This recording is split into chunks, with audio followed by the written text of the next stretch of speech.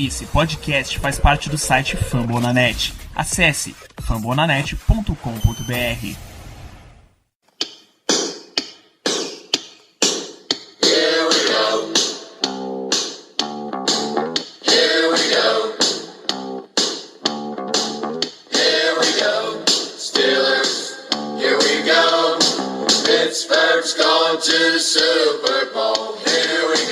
Então é isso aí, pessoal. Bom dia, boa tarde, boa noite para você que nos acompanha. Esse é o Black Yellow BR Podcast. Estamos no episódio de número 27. Quem diria, a gente começou outro dia, já estamos no episódio número 27. Vamos tratar hoje da vitória contra o Cincinnati Bengals, último domingo, aquela vitória gostosa, deliciosa, épica. E vamos comentar também, mais pra frente no podcast, sobre o terrível, tenso e tudo mais, com esse jogo chato contra Baltimore Ravens. Comigo hoje eu tenho o grande José Brasiliano. Fala aí, Ricardo, Germano. Quando não é o Ben, nem o Bell, nem o Brau que ganha o jogo, quem ganha o jogo é o Boston. Sempre tem uma letra B para ganhar o jogo pra gente. Bem notado, muito bem notado. Belo detalhe atentado por aqui. Comigo também o grande Germano Coutinho. Eu achava que nós estávamos empolgados com os últimos 5 jogos, com o desempenho do time, mas eu descobri que não. Depois que eu vi o grupo de wide receivers dos Steelers cantando Frosty the Snowman, eu descobri que realmente não estamos empolgados. Ali sim é empolgação. É isso aí, Germano. A gente tem tanta coisa para falar hoje. Steelers, Bengals, Ravens. Então, sem maiores delongas, vamos lá. Boss like a boss, boss like a boss. Boss like a boss, boss like a boss. Boss like a boss, boss like a boss. Como já foi tão bem antecipado na abertura desse podcast magnífico, não poderia ser diferente a gente começar a falar sobre a partida de Chris Boswell, grande responsável pela vitória, podemos dizer, obviamente ao lado de defesa, 60% a 40% na proporção, se a gente for dar justiça. Pelo que o Boswell fez no geral, 6 field goals, incluindo 5 para mais de 40 jardas, é a primeira vez na história do Steelers. Eu li pela TL no Twitter, não sei se é certeza absoluta, que é a primeira vez na história da NFL que um kicker tem 6 field goals na mesma partida, sendo que 5 foram para mais de 40 jardas. Então, a performance tão boa de um kicker assim numa partida foi justamente Cairo Santos, na temporada passada, que ele teve 7 field goals.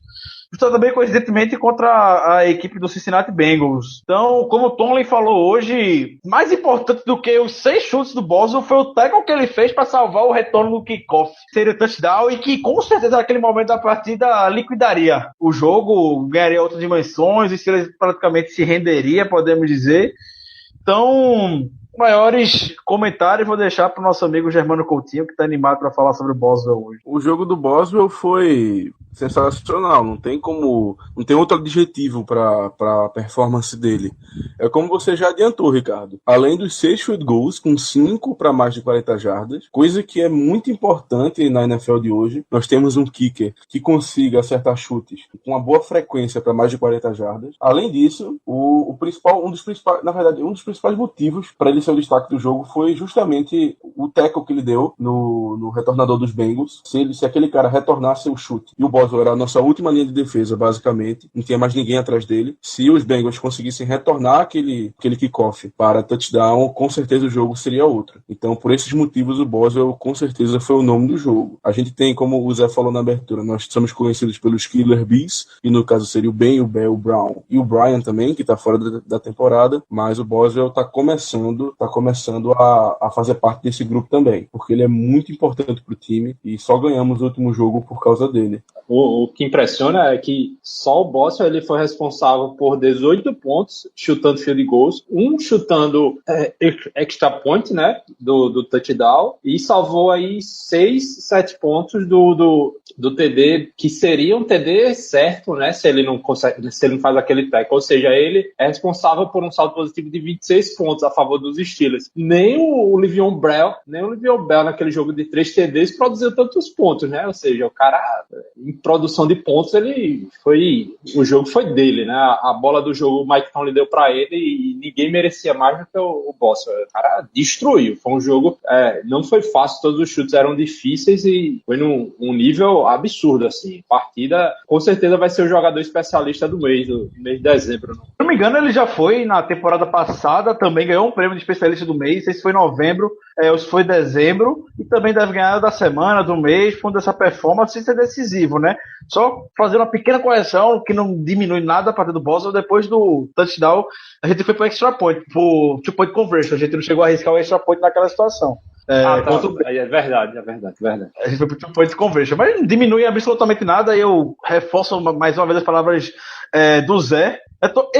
O que o Steelers fez, o que Boswell fez no domingo é tão incomum que foi a primeira vez na história da NFL que o time anotou 24 pontos, sendo que 18 deles vieram de field goal. Nunca aconteceu isso na história da NFL em sei lá quantos anos.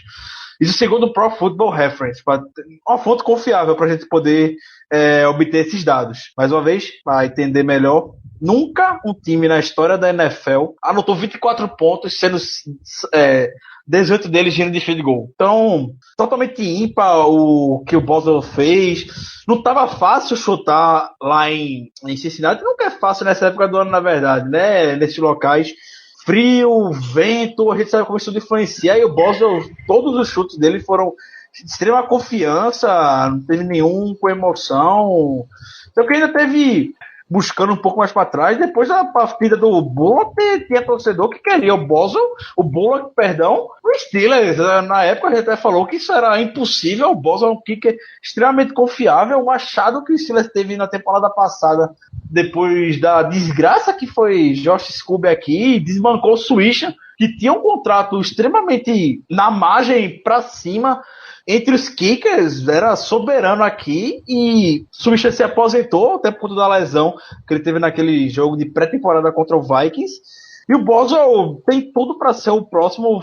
Tudo não, né? Já é. Já pode afirmar com segurança que ele já é o franchise kicker do Steelers. Sem sombra de dúvidas. Como é o apelido dele na rede social é o Mágico de Boss, né? Porque o cara é fora de série.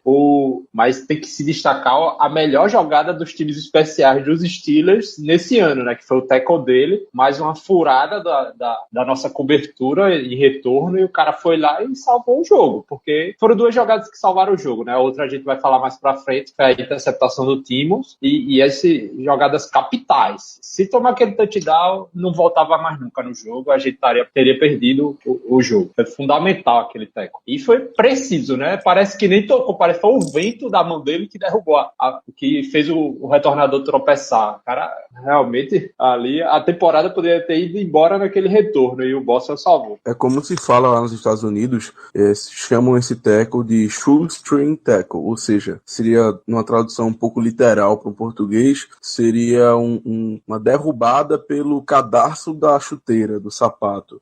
Chamam então de shoestring tackle. Realmente, a importância daquele tackle já foi muito bem destacada aqui nesse podcast. E outro aspecto que eu também gostaria de trazer foram a importância dos chutes, porque assim, sabemos que o Boswell teve um jogo sensacional, ele acertou 6 field goals, quase todos difíceis, com mais de 40 jardas, mas um aspecto também que a gente tem que dar valor, a gente tem que comentar, é que não era qualquer jogo, era um jogo muito importante contra um rival de divisão, com uma história recente muito forte de rivalidade. Então assim, era um jogo de extrema importância, de suma importância para as nossas pretensões para o resto da temporada. E mesmo assim o Boswell não tremeu, acertou todos os chutes que tentou e basicamente nos botou no jogo e nos deu a possibilidade de ganhar depois com aquele touchdown do Big Ben pro Eli Rogers. Então, por todos esses motivos aqui discutidos, não existe na minha cabeça dúvida alguma que o Boswell foi o nome do jogo e que, como o Ricardo falou, será e é o nosso franchise kicker por vários anos a vir. Muito bem, acho que a gente já deu uma boa pincelada no que o Boswell é, e acho que a gente poderia passar o podcast todo falando sobre a performance do Boswell, e ainda seria pouco pelo que ele fez em campo. A corneta nunca desliga, né? Tem torcedor do Steelers nas redes sociais criticando o Boston por causa do chute dele, não estava sendo o suficiente para causar o touchback. Toda hora o Bengals estava conseguindo retornar contra a gente. O vento estava extremamente forte nesse dia. Não poderia ser quem for ali. O chute não ia chegar na endzone adversária. Quando ele teve vento a favor no último quarto, ele conseguiu tranquilamente. Quando o vento estava contra, a gente viu a dificuldade de como seria para qualquer kicker. A gente elogiava muito o Swisher por conta da precisão nos field goals e meio crucificava ele com relação a essa potência que ele poderia ter no kickoff, que sempre cedia retorno. Mas com o Boswell, até hoje, isso não foi nenhum problema. O special team é ruim, né? De hoje também, a gente sai de retorno. Então, o próprio Tony hoje comentou na entrevista que ele acha que foi até mais mérito do adversário do que um despreparo da equipe do Steelers. Ele faz isso, obviamente, a gente sabe, para poder minimizar. Ele sabe a merda, a porcaria que é o special team, totalmente despreparado. Parece que toda hora vai... É a primeira vez enfrentando um retorno na vida. Então isso vale para os dois lados no kickoff, tanto retornando como quanto defendendo. Hoje o Tony, falando um pouco mais sobre a questão do special team, comentou que algo que eu sempre questiono é ter o Fitzgerald Toussaint, que não tem habilidade atlética nenhuma para poder ser retornador. Hoje o Tony foi lá e explicou que deixa o Toussaint para ser o lead blocker do Sammy Coates, que é o teórico retornador. Quantos retornos Toussaint tem nessa temporada? 12. Quantos Sammy Coates, que é o retornador, tem? A metade. 6. Então, porra, deixa um cara que não tem menor porte atlético. Tem Justin Gilbert lá, que tá esquecido lá no roster dos Steelers, que tem essa habilidade atlética de poder retornar e causar uma big play. Não vejo motivo para não utilizar, já que o Fitzgerald Toussaint não bloqueia e retorna, não sabe retornar e pronto. Pra ter uma noção, o retorno do Sammy Coates de 44 jardas que ele teve no domingo, o raro retorno que o Coates teve, foi o mais longo dos Steelers desde 2013, com o Emmanuel Sanders, justamente contra o Baltimore Ravens, o adversário do domingo. Então, tem que se repensar um pouco isso. Eu vejo que o Tony está um pouco mais flexível também para a mudança. A gente vê, ainda falando sobre o special team, que agora o Tony meio que mudou um pouco a filosofia dele com relação ao kickoff, não está querendo mais chutar a bola no início da partida. Ao longo de todos os anos ele sempre chutava no início, quando ganhava o cara a coroa, agora está preferindo receber e tudo mais. Então, vamos ver se ao longo, até como a gente fala aqui, o Tony parece que ouve nosso podcast, que ele sempre tá mudando o que a gente e o pessoal em geral tá cornetando. Vocês têm algo mais a acrescentar? Só quanto ao trabalho dos special teams, eu concordo com você, Ricardo, que esse ano tem sido difícil. Especificamente esse ano, a gente cornetou muita defesa no começo da temporada, e porque tinha que cornetar mesmo, porque tava merecendo. Mas a defesa, querendo ou não, melhorou nos últimos 5 jogos, tem se mostrado um componente diferente do time agora, tem jogado muito melhor, tem nos permitido ganhar jogos que previamente não poderíamos com o jeito que a defesa estava jogando, mas infelizmente os special teams eles têm mantendo essa, digamos assim, essa ruindade desde o começo da temporada. Eles não estão desempenhando um papel muito bom, não temos um jogo de retorno, basicamente nulo, estamos cedendo muitos retornos também, os times adversários estão conseguindo começar os seus drives em posições muito boas de campo. Então, meu amigo, Danny Smith, muito cuidado, tenha cuidado que talvez no fim da temporada a gente tenha que fazer algumas mudanças e que, honestamente, você não vai gostar muito. Então, vamos lá, dar prosseguimento depois de comentar, né? A gente começou bem falando do Boswell, foi pra parte chata e ruim, que foi o Special Teams, e agora vamos dar sorrisos, vamos comentar mais sobre essa vitória, como já falei, gostosa, deliciosa. É muito bom ganhar do Bengals, principalmente porque eles muito mais que provocam essa rivalidade do que o Steelers. O Bengals parece estar meio que ficou com inveja, porque Steelers e Ravens, mesmo com o Bengals crescendo muito nos últimos anos, conseguindo títulos de divisão, mesmo assim não é o protagonista, não é o principal nome da AFC North, sempre fica entre Steelers e Ravens. Então o Bengals cansou disso, vou forçar essa rivalidade com os Steelers também, e a gente vê o que aconteceu nos últimos anos, e mesmo assim, independente do que eles fazem, forçam um trash talk desnecessário dentro de campo, eles vão pra cima dos jogadores dos Steelers, querem machucar, entram na maldade e não conseguem fazer porra nenhuma. Então, falando sobre o jogo, focando como foi a partida, onde passou, obviamente, na cabeça da gente, aquele filme na cabeça que foi o jogo contra o Eagles, que foi o jogo contra o Ravens, que pronto, 20-6, fudeu, já era jogar a toalha, mais um jogo que o Steelers é dominado em um duelo da AFC Norte, como foi contra o Ravens no primeiro confronto. O Steelers aprendeu a jogar contra a AFC Norte fora de casa. Bengals é um time que a gente sabe que os jogos são disputados, são parelhos, mas a gente sempre conseguia a vitória lá em Cincinnati. Big Ben venceu já 8 vezes lá para ter noção.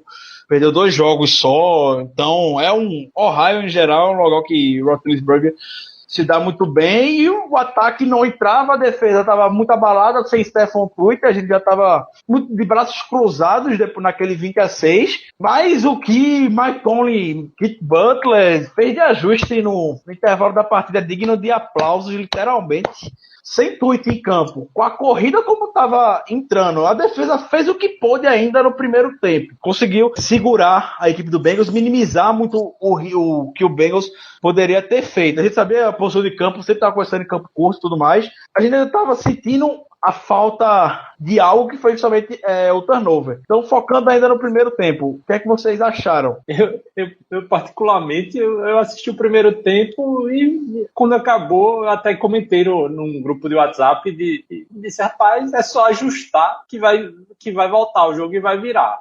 Basicamente assim, eu não entrei em desespero em momento nenhum, porque o 20-6, naquele momento do jogo, era basicamente produção dos Steelers. Os pontos que os Bengals tinham produzido foram mais pontos usando campo curto, por causa de retorno e tal, ou interferência, e jardas cedidas com muitas faltas.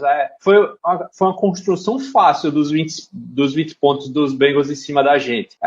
Os Bengals não estavam fazendo nada, inclusive sofreram muito na linha de 1 jarda, com o Tim Monstro subindo a parede, evitando perder na linha de 1 jarda. Teve que o Andy Dalton fazer sneak para poder entrar. E eu tinha certeza que ia ser ajustado e ia voltar no segundo jogo. No segundo tempo, eu só não esperava que ia voltar avassalador, permitindo menos de 50 jardas, menos de 50 não, por volta de 50 jardas para o ataque dos Bengals no segundo tempo, e destruiu. E como você disse, precisava do turnover, precisava da virada de momento do jogo. Veio o turnover com o Timmons também. O jogo foi muito bom ver esse time conseguir esse tipo de vitória, né? Vitória que você consegue em dezembro e janeiro, esse tipo de coisa. Ano passado, inclusive, a gente ganhou nos playoffs dos próprios Bengals desse mesmo jeito. Desestabilizou o time adversário, eles começaram a cometer faltas e turnovers e tal, e entregaram no final do jogo. Foi o que a gente fez do Bengals. Foram exatamente 38 jardas do Bengals em todo o segundo tempo. 38. Absurdo, né? Uma coisa absurda, que é uma jogada, né? Isso é uma corrida que você consegue, é um passe longo, e os Bengals não fizeram nada no segundo tempo. Nada. O Bengals não anotava 20 pontos contra o Steelers desde 2005 no primeiro tempo, pra ter noção. Desde 2005, a última vez que o Bengals conseguiu anotar 20 pontos. 2005, né, que era o começo da carreira do Carson Palmer, eles eram bem melhores. Ano que a gente se classificou como wild card e tal, aquele time dos Bengals era bom, né? É bem diferente desse de hoje. É até engraçado a gente comentar isso, porque algumas semanas atrás a gente tava metendo pau no Timmons, e com razão, porque ele não tava jogando bem, mais por demérito do coaching staff, que não tava utilizando ele de um modo que o ajudasse, que o permitisse fazer jogadas, mas estávamos cornetando, claro, porque ele tava jogando mal mesmo. Mas é engraçado porque nos últimos 3 jogos pra cá ele mudou totalmente. Não sei exatamente se foi mais mérito dele ou se foi do coaching staff por ter mudado os afazeres dele em campo, mas independentemente disso, ele realmente tem jogado muito nesses últimos jogos. Temos também que dar mérito para Tomlin e seu coaching staff. Outro pessoal que a gente xingava pra caralho. Fica muito mais fácil, até falei semana passada, fica muito mais fácil você dar confiança pro jogador, colocando ele numa posição que ele sabe jogar, né? Tanto o Timmons quanto que a gente pode falar do Sean Davis, que também tá jogando muito bem, depois que foi colocado na posição de strong safety. O Timmons, pra dar tackle ali no jogo corrido, ele tá funcionando, entendeu? Agora tá correndo atrás dos maguelinhos dos garotos downfield e não dá, entendeu? Não funciona. E, cara, o que ele fez naquele drive lá, a esmagada que ele deu no Jeremy Hill na linha de 1 jarda, ali é técnica de tackle de poucos, não é fácil fazer aquilo contra um running back que não é fraco, entendeu? É o cara que joga bem, só que foi anulado. lado, entendeu? O Timmons tinha que... Se não fosse o Boston, a bola do jogo era dele, né? O Timmons tem realmente se destacado nesses últimos jogos. Mas como eu tava dizendo assim, a gente também tem que dar o mérito pro Tomlin, né? Pro Tomlin, pro coaching staff. Por quê? Como o Zé bem falou, quando o jogo tava indo pro intervalo com 20-9 pros Bengals, o Tomlin deu uma entrevista no campo mesmo e disse, aí a repórter perguntou pra ele o que é que os Steelers tinham que mudar pra voltarem melhor e tal, e ele respondeu, olha, temos que parar com as faltas, porque elas estão nos prejudicando muito. E foi justamente isso. Muita gente estava reclamando do ataque, da defesa, dos special teams. Tudo bem que as críticas eram até certo ponto devidas, mas no final do primeiro tempo, eu lembro que eu vi um stat que passou na hora na TV, que eram 6 faltas para 94 jardas. Isso é muita coisa. Nós terminamos o jogo, para vocês terem noção, com 7 faltas para 104 jardas. Então, assim, no primeiro tempo a gente fez mais de que 80% dessas jardas. Foi algo que estava nos impedindo de desempenhar um bom jogo e que foi consertado no intervalo. Não sei o que eles fizeram, eu realmente não tenho ideia, mas eles devem ter falado com o time, devem ter feito uma pequena reuniãozinha e deu certo. Então, a gente tem que dar um mérito pro coaching staff que conseguiu ajeitar essa questão das faltas que estavam nos prejudicando muito. E o pior ainda, né, sobre essas faltas no primeiro tempo, foi o que elas geraram, né? Basicamente todas as faltas que a gente fez, faltas capitais, geraram pontuação pro Bengals. Foi aquela primeira drive, o tweet. O Pittsburgh chegou no Andy Dalton, ia fazer o sec, ia começar já o jogo tirando o ataque do Bengals pra fora do jogo, e o Twitter, além de se machucar, pegou na grade do Andy Dalton, 15 jardas de graça, o Andy Dalton desceu o campo, 3 pontos. Depois o Burns se desespera, sem necessidade de algum erro de rookie mesmo, muito rookie. O Burns naquela hora, que o passe foi ruim, o Mitchell tava na jogada pronta a fazer interceptação, o Burns já tá tocando no Brandon LaFell, muito antes da bola chegar, na falta clássica na cara do juiz, o juiz vai lá, joga a falta. Flanela, Bengals na linha de meia jarda, a defesa epicamente conseguiu segurar as 3 primeiras tentativas, e na quarta não tinha muito o que fazer, a bola tava no bico da endzone, era só andar pra frente, foi o que ele fez, anotou o touchdown. Ainda teve a falta que o Le'Veon Bell fez no ataque, que anulou o touchdown do Antonio Brown, foi o passe do Big Day pro Antonio Brown, o Bell fez um chop block, no Carlos Dunlap, se não me engano, e também anulou o touchdown, o time volta, pronto, acaba. O David De Castro também, mais uma falta do De Castro, por sinal, é o segundo jogador mais faltoso da liga nessa temporada, já são 14 pro De Castro, só tá perdendo pro Josh Norman, que tem 15, pra ter noção. Então, essas faltas, recuar o time, ficar fora de posição de field goal, esses detalhes pequenos que o time precisa ajustar, que num jogo de playoff, jogo decisivo, a gente sabe que é fatal. Não tem pra onde correr. Ainda bem que o Bengals teve a proeza ainda de conseguir terminar no segundo tempo, ter 4 faltas consecutivas na mesma drive. Então, também a gente sabe, né? Isso aí eu nunca tinha visto não, viu? Aquela sequência foi pior do que a do ano passado. Quer dizer, do ano passado não, de janeiro, né? Agora a arbitragem, meu amigo, horrível. Falhou, viu? Face mask na cara da...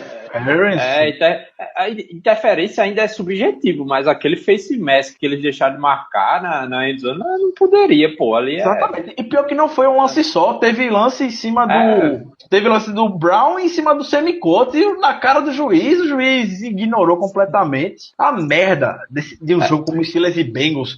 É que a NFL já vai dar orientação para a arbitragem.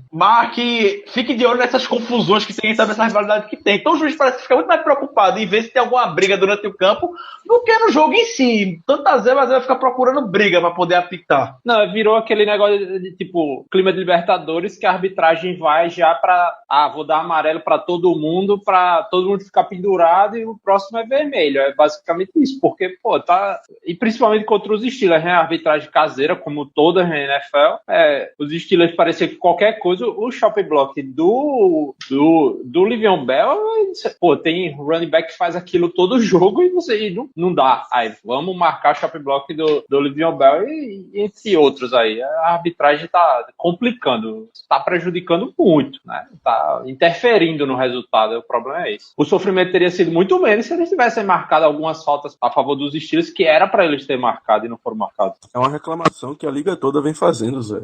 Porque é inadmissível uma liga como a NFL não ter árbitros de ofício, porque os árbitros da NFL não são árbitros de ofício, eles têm outras profissões e apitam jogos como se fosse um segundo trabalho. Eles não ficam 24 horas por dia sendo árbitros, não. Eles são, digamos assim, ocupações de final de semana, entendeu? Então, é inadmissível uma liga do tamanho da NFL, com o lucro que ela tem anualmente, não ter árbitros capacitados para apitar os jogos e depender de pessoas que, não como um hobby, mas que não tratam o apito, não tratam essa questão como o trabalho principal. Porque fica complicado, né? O cara que vai lá e faz como um bico, né? O cara tem outro trabalho, às vezes está estressado com esse outro trabalho, está devendo conta e é cheio de problema na vida e sabe-se lá o que acontece na vida do cara. O cara vai apitar um jogo de uma liga que envolve bilhões de dólares no domingo, né? E é bem complicado. Isso é uma responsabilidade muito grande para um cara que não é profissional.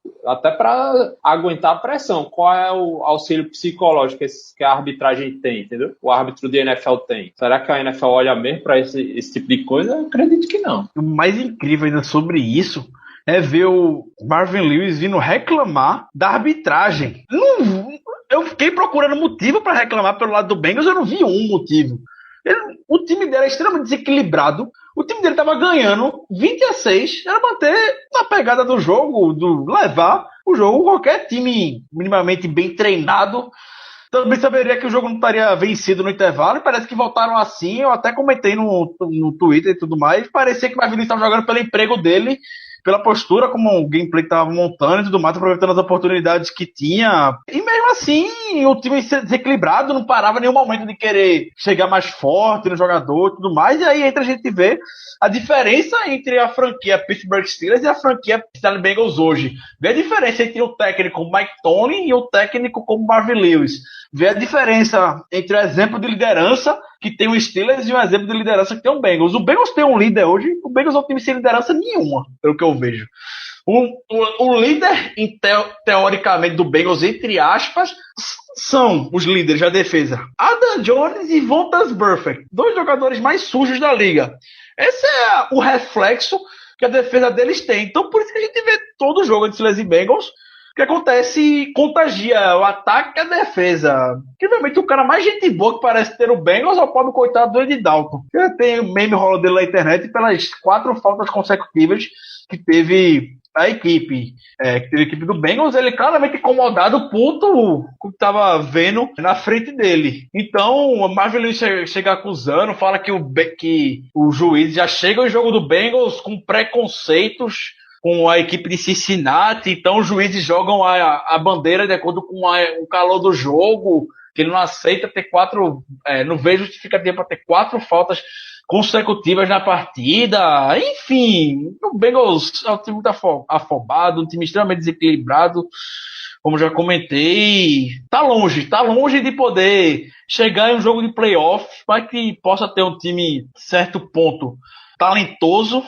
Tá muito anos-luz, tanto de Steelers, diria até de Ravens, de poder conseguir ganhar algo dentro da NFL hoje. Mas é mais fácil criticar a arbitragem do que disciplinar seus próprios jogadores. Basicamente é isso. O Marvin Lewis, a gente sabe que teve certo sucesso nos Bengals, levou para playoff, mas honestamente o tempo dele já passou. Até porque nesses últimos anos ele tem mostrado que ele perdeu totalmente o vestiário, ele não disciplina seus jogadores. Isso é demonstrado em campo com as atitudes tanto do Burfict como do Adam Jones.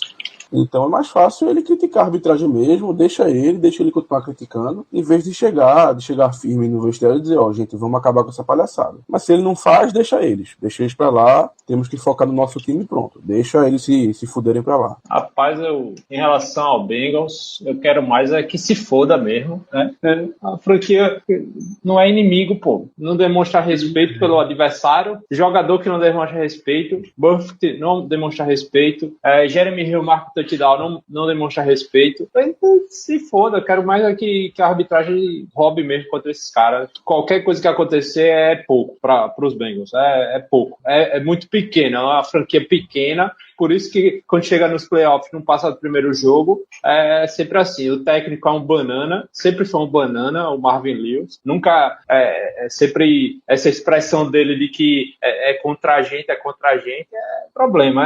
problema deles, quero mais é que se foda mesmo. Não tem isso não. E podcast é de família e se foda mesmo esse time. É até interessante o Big Ben hoje comentando, o Big Ben tem um programa de rádio toda terça-feira, né?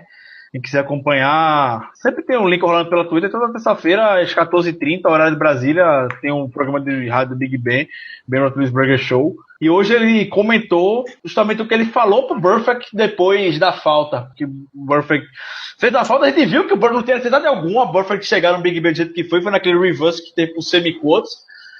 O Burfict depois falou que pensou que a bola estava com o Big Ben, por isso ele chegou mais forte, e a gente sabe que não é isso. Aí o Big Ben comentou que a mulher do Big Ben, pediu para falar pro Burfict que está rezando por ele. Então daí a gente já tira o grau, a opinião que as pessoas têm em cima de Vontaze Burfict. E, sendo bem sincero, ele é o cara que tá absolutamente nem aí para isso, nunca mostrou nenhuma humanidade dentro de jogo, por isso que ele até comentou. Ele escreveu cartinha de desculpa pro Antônio Brown, isso aí é a mesma coisa que nada vindo do Burfict, que ninguém engoliu essa historinha dele, porque no jogo ele mostrou absolutamente nenhum respeito, nunca mostra, né?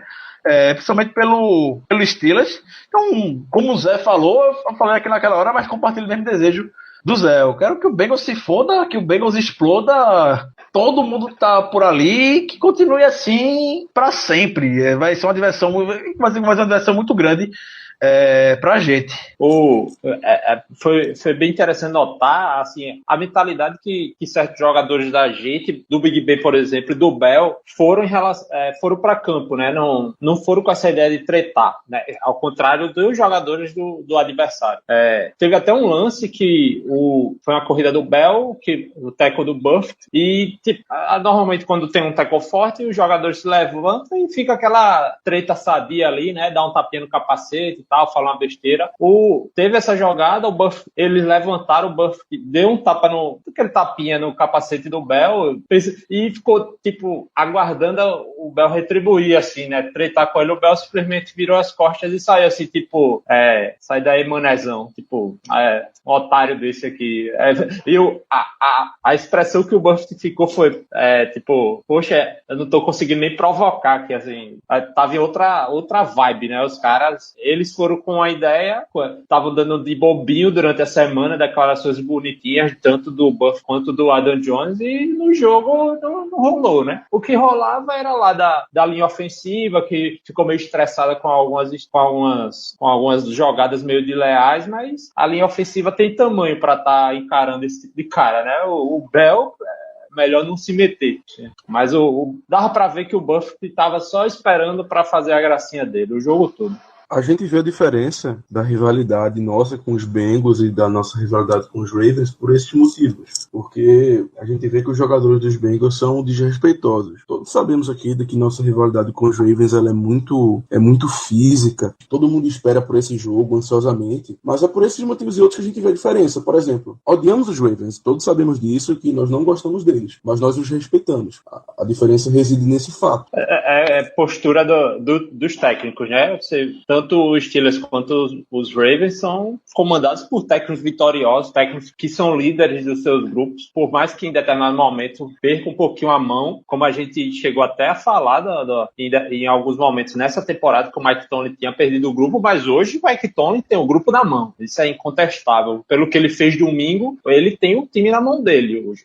O Harbaugh também. O Harbaugh é um dos melhores head coaches em termos de liderança da NFL também. Para mim fica abaixo da liderança da capacidade de motivação que o Mike Tomlin tem, mas também é muito bom nisso. Já o Marvin Lewis, como eu disse, é um banana, né? E deixa rolar, e é isso que acontece no time dele. Então, eu acho que esse banana não fica outra temporada não, né? NFL não, mas isso aí é problema deles.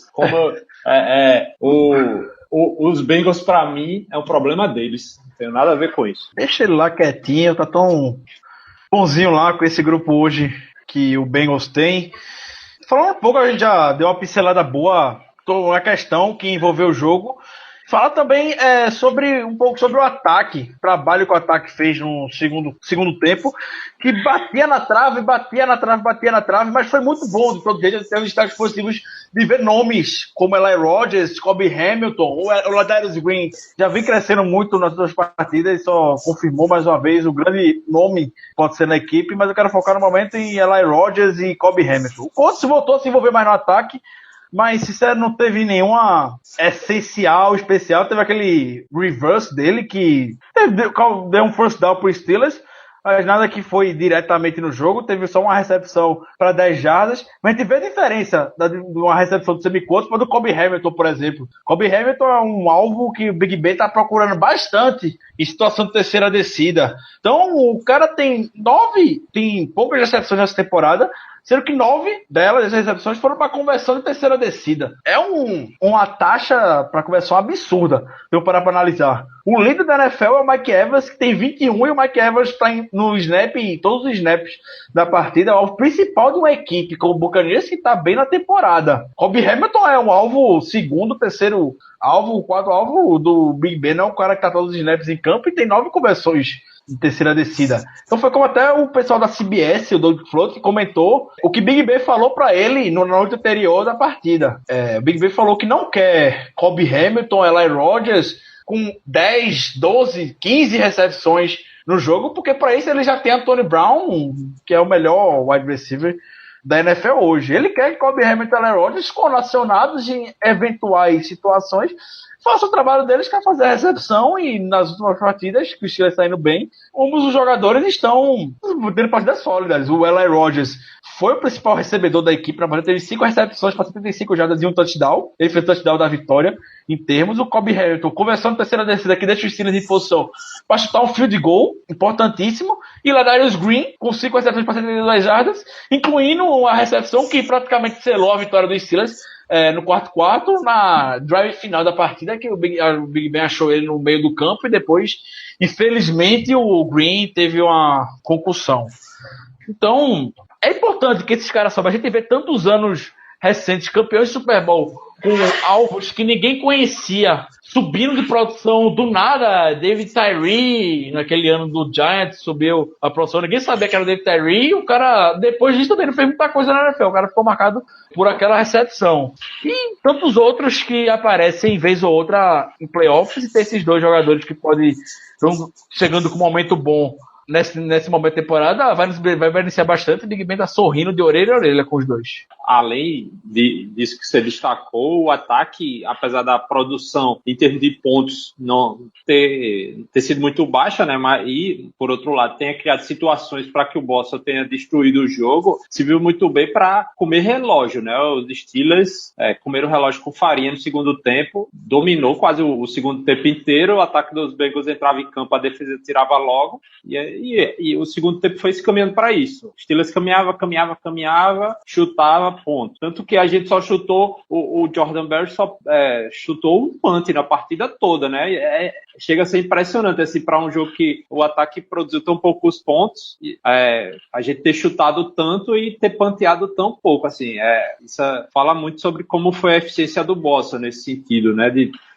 Nem sempre a gente criava tantas situações favoráveis para ele chutar, mas também o ataque não saía de campo tão rápido assim, né? O ataque sempre caminhava. O Big Ben, apesar de um TD, não ter sido um jogo de tanta estrela, nem dele nem do Big Ben de produção, mas o Big Ben foi bem eficiente, né? Inclusive tem sido destacada essa eficiência dele no jogo. Ele fez o time caminhar e caminhou o suficiente para ganhar o jogo, né? Tem que ganhar o jogo com as armas que tem. E não precisa ganhar o jogo produzindo tanto TD, 3 TDs, nem o Big Ben nem o Bell. Se você consegue ganhar o jogo chutando a bola, é vitória do mesmo jeito. E se for no Super Bowl, tem time aí que ganhou 2, 3 campeonatos também ganhando desse jeito. Então, é o jeito que a gente ganhou o jogo. Então, já dado essa pincelada geral sobre o jogo contra o Bengals, vamos falar um pouco sobre esse Steelers e Ravens de Natal, que Mike Tony tá, como diria nosso grande amigo Renato, peidando arroz por jogar no Natal. O Mike Tony tava emocionado hoje por jogar no Natal. Ele diz que Natal significa muito, tanto para ele como para a família dele. Então ele tá feliz. Tá fazendo o quê, velho? Essa eu nunca escutei, não. É nova pra mim. Tá... É nova, é peidando arroz. Dando arroz de alegria. Renato fala isso, vez ou outra. Grande Renato. Mike Tony hoje estava radiante na coletiva como não estava há muito tempo. E não é porque o Steelers tá vendo 5 vitórias consecutivas e ele agora tá vendo a barra dele tá muito mais aliviada do que depois do jogo contra o Cowboys, por exemplo. Mas tá mais porque vai enfrentar o Ravens e na semana de Natal. Ele disse que já ama a semana de enfrentar o Ravens, ele ama se preparar para enfrentar o jogo contra partidas contra a equipe de Baltimore. E ainda no Natal, e o Steelers jogou, é o segundo feriado, né, que o Steelers jogou na Ação de Graças, e vai jogar no dia 25, e um jogo que vai decidir a temporada, né, uma vitória, a gente tá dentro além de ser campeão da AFC Norte, tá dentro dos playoffs, com a seed 3 garantida já, então, desde aquele jogo de playoff em 2014, esse é o jogo mais importante do confronto. Eu trocaria facilmente as 3 derrotas que a gente vem tendo todas as 2 temporadas passadas e essa desse ano, pela vitória facilmente no domingo. A gente sabe a dificuldade, sabe como o Ravens é um time cascudo, um time muito chato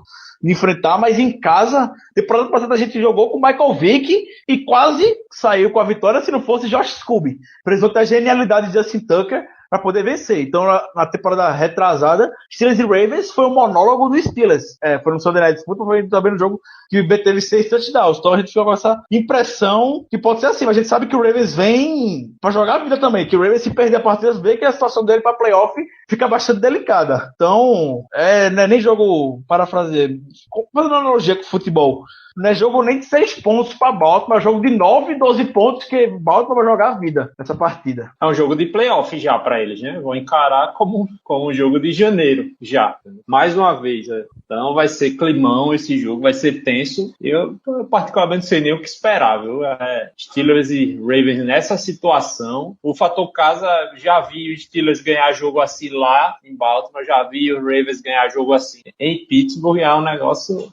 Steelers e Ravens é teste para cardíaco, ainda bem que eu tô de férias, porque provavelmente depois desse jogo vai ser difícil dormir, viu? De noite. Ainda bem que não é na alta madrugada, é no início da noite. Mas o negócio vai ser complicado, vai ser um jogo muito tenso. Germano, que é mais enciclopédico, ele pode falar mais tecnicamente do que eu, porque eu tô já começando a ficar tenso com esse jogo. Eu já tô me preparando mentalmente, porque o jogo é no dia 25. Ou seja, aquela sua barriga cheia da comida de Natal, aquela dormida não muito boa, tá ligado? Depois de ficar acordado até madrugada, trocando aquele presente com a tia chata. Então, assim, vai ser você acordar no dia 25, ligar a TV, esperar um pouquinho e começar o jogo. Dar aquele revertério na barriga, meu amigo. Pode ser complicado. É literalmente um teste para cardíaco, porque tudo pode acontecer. Mas esse jogo não é só de vida ou morte para eles, não. É vida ou morte para os 2 times, até porque quem ganhar, basicamente, estará nos playoffs como líder da divisão. Na nossa situação mesmo. Se, por alguma hipótese, algum acaso, que eu espero que não aconteça, a gente perder o jogo, basicamente estaremos eliminados. Por quê? Mas a gente podia entrar pelo wildcard. Porém, a situação atual do wildcard não é nada favorável para a gente. Atualmente, os 2 times no wildcard são o Kansas City Chiefs, que tem 10-4, e o Miami Dolphins, que tem 9-5. Se a gente perder o jogo, nós vamos para 9-6. Então teremos que torcer para uma derrota dos Chiefs e uma derrota do Miami também. Isso sem pensar nos outros times que também estão na disputa, feito o Denver Broncos, por exemplo. Temos a vantagem no confronto direto contra a Kansas City? Temos. Mas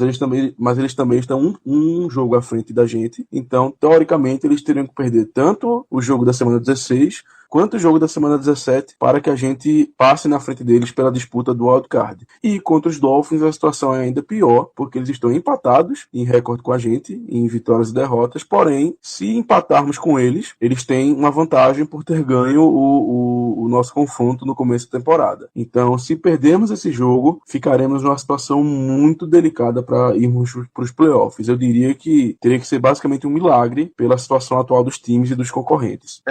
Pensa, eu tô no mesmo time do Zé, não tem como descrever o jogo que vai ser, tem palavras para poder dar nenhuma previsão de como vai ser esse Steelers e Ravens. É o Steelers e Ravens mais embaçado que a gente vai ter até nas últimas temporadas, nos últimos anos.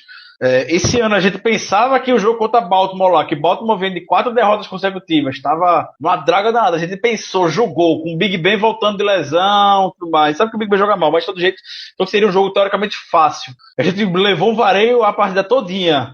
mesmo jeito como o Zé falou muito bem, já teve jogo que bota pra jogo que seria fácil. O Steelers foi lá e surpreendeu de alguma maneira, achou uma maneira de vencer a partida. Então, esses times se conhecem muito bem. Harbaugh, como a gente já falou aqui, é um técnico extremamente competente, é um técnico que sabe jogar contra os Steelers, não importa o momento da equipe, se eles podem estar voando, Harbaugh sabe como neutralizar o time e atacar a defesa dos Steelers, sabe neutralizar o ponto forte do time com o ataque, e a defesa ele dá um jeito. O Joe Flacco é um QB que também conhece bastante a nossa defesa, já tá na AFC Norte há muito tempo, sabe, bicó e salteado como é jogar no Heinz Field, já vai estar acostumado, vai ter color rush, vai ter evento especial, vai ter show de Natal, promessa de recorde de público no Heinz Field no domingo, por toda a atmosfera que vai envolver a partida, deve quebrar o recorde do jogo contra o Dallas Cowboys.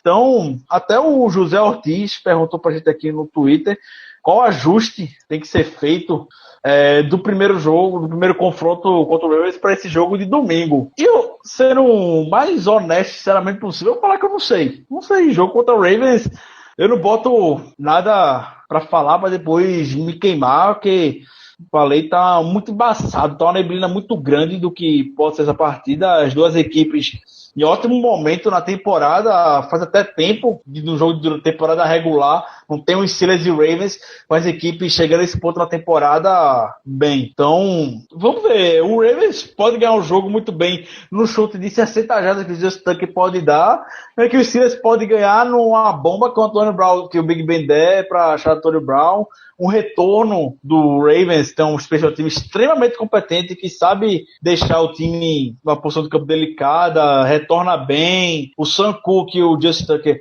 o kicker e o punter, são dois dos melhores da liga em suas posições. Então isso aí já é o suficiente. O Ravens tem a melhor defesa contra o jogo corrido da NFL. A gente sabe Terrell Suggs, o poder que ele tem, é o jogador que mais sacou Big Ben na vida. Então vai arrumar um espaço em cima do Villanueva para chegar em cima do Roethlisberger.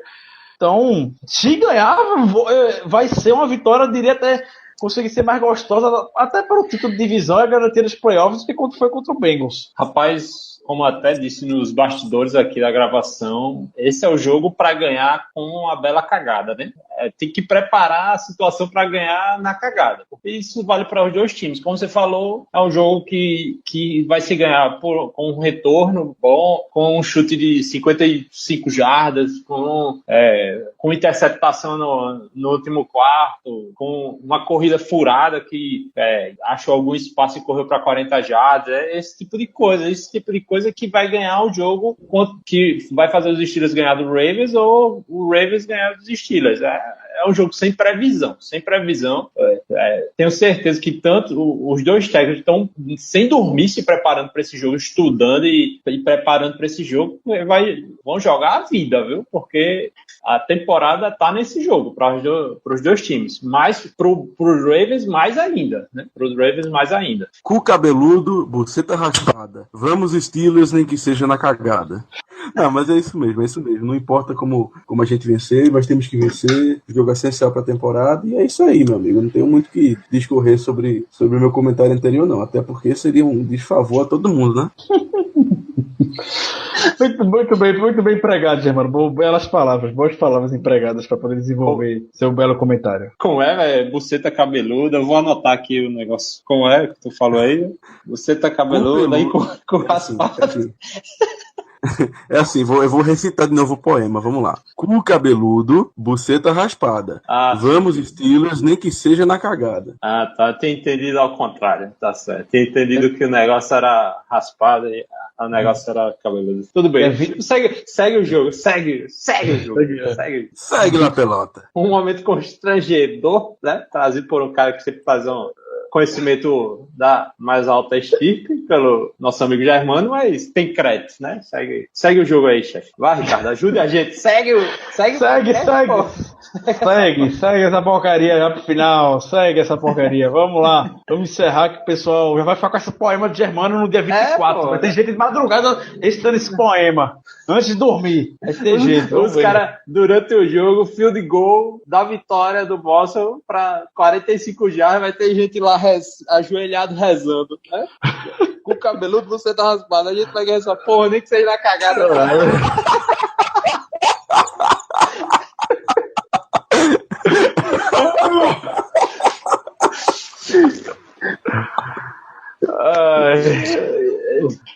Vamos por ordem aqui, vamos pro final disso aqui. Não, tem que... As considerações finais. Organiza essa esculhambação, pô. Se calem, por favor. Fiquem calados alguns segundos, por favor. Eu vou que vocês iam falar, se apresentar aqui para essa consideração final. Vão pensando aí no que a gente vai encerrar hoje, esse mais um podcast sensacional. Então, vamos lá, considerações finais de hoje. Começando com meus destaques. Destaque que eu vou deixar a melhoria que a gente teve nas outras partidas, marcando tie-ends pro domingo contra o Ravens, obviamente, marcar Dennis Pitta, que sempre arruma de jogar contra os Steelers.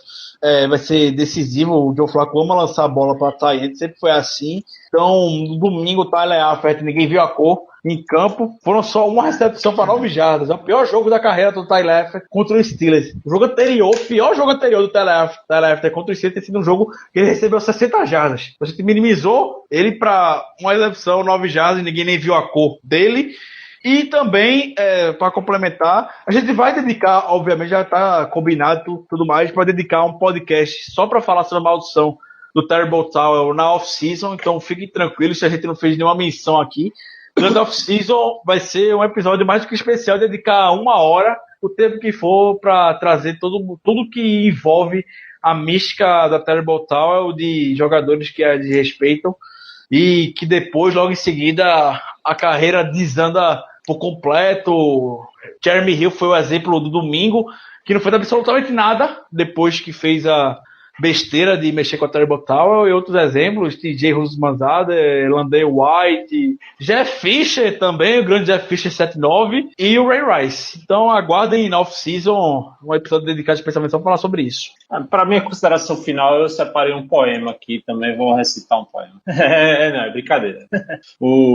Consideração final, insistir no nosso grupo de linebacker, que deu uma melhorada muito grande. Tínhamos, mas destacar mais uma vez a efetivação mesmo dos outside linebackers, do James Harrison e do Prick, fizeram todos os snaps defensivos na função, né?